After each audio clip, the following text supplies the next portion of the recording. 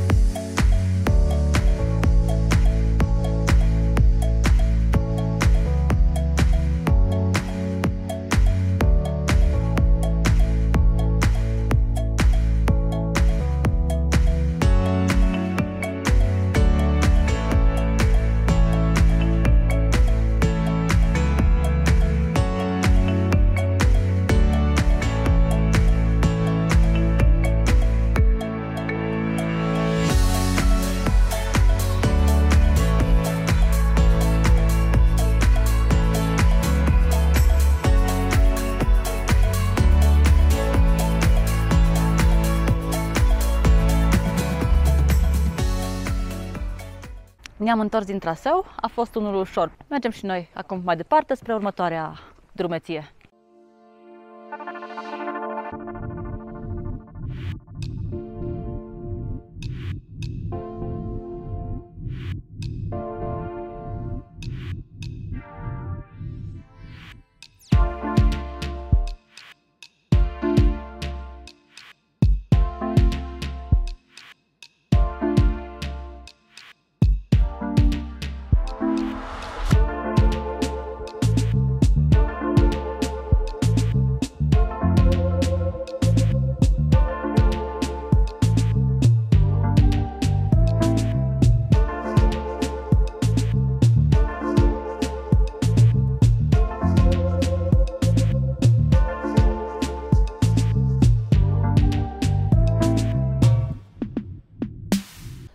Suntem la Ventana di Moro, cu o priveliște extraordinară asupra lui Roche de Nubla, de unde am venit recent, și cu faimosul Teide, cel mai înalt vârf din Spania, vulcanul Teide. Cum am ajuns până aici? E de la o distanță scurtă, dar anevoioasă, de la Pico de las Nieves. Este cel mai înalt vârf din Gran Canaria, 1956 de metri. Și e un loc pe care nu toată lumea cunoaște. Dar, după cum spuneam, priveliștea este absolut deosebită. În imaginile următoare veți vedea exact despre ce vorbesc.